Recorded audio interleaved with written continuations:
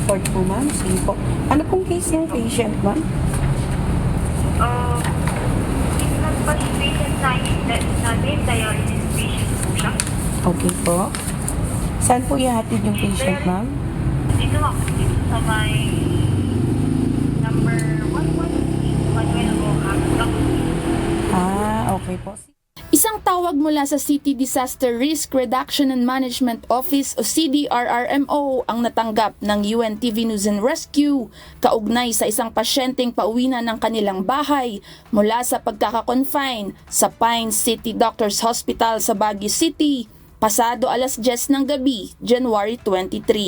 Agad naman itong pinuntahan ng team upang matulungan sa kanyang pag-uwi. Ang pasyente ay isang 71 anyos na lolo, bedridden at dialysis patient, bunsod ng chronic kidney disease.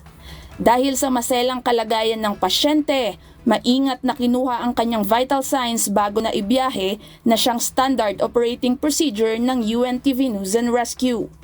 Pagdating sa kanilang bahay, muling inassess ng team ang vital signs ng pasyente upang masiguro na nasa maayos itong kalagayan.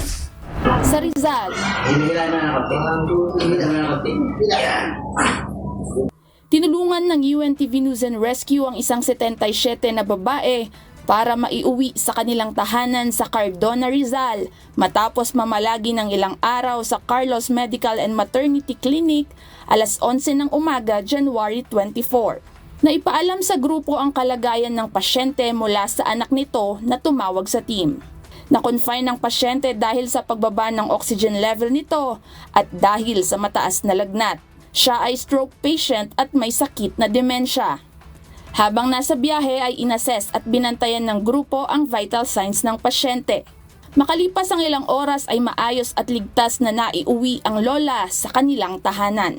Sa mga nangangailangan ng agarang tulong sa panahon ng aksidente o sakuna, maaaring makipag-ugnayan sa UNTV News and Rescue Hotline 8911-UNTV o 8911-8688.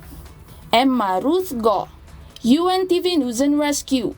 Diyos ang aming sandigan, serbisyo publiko ang aming pinahahalagahan.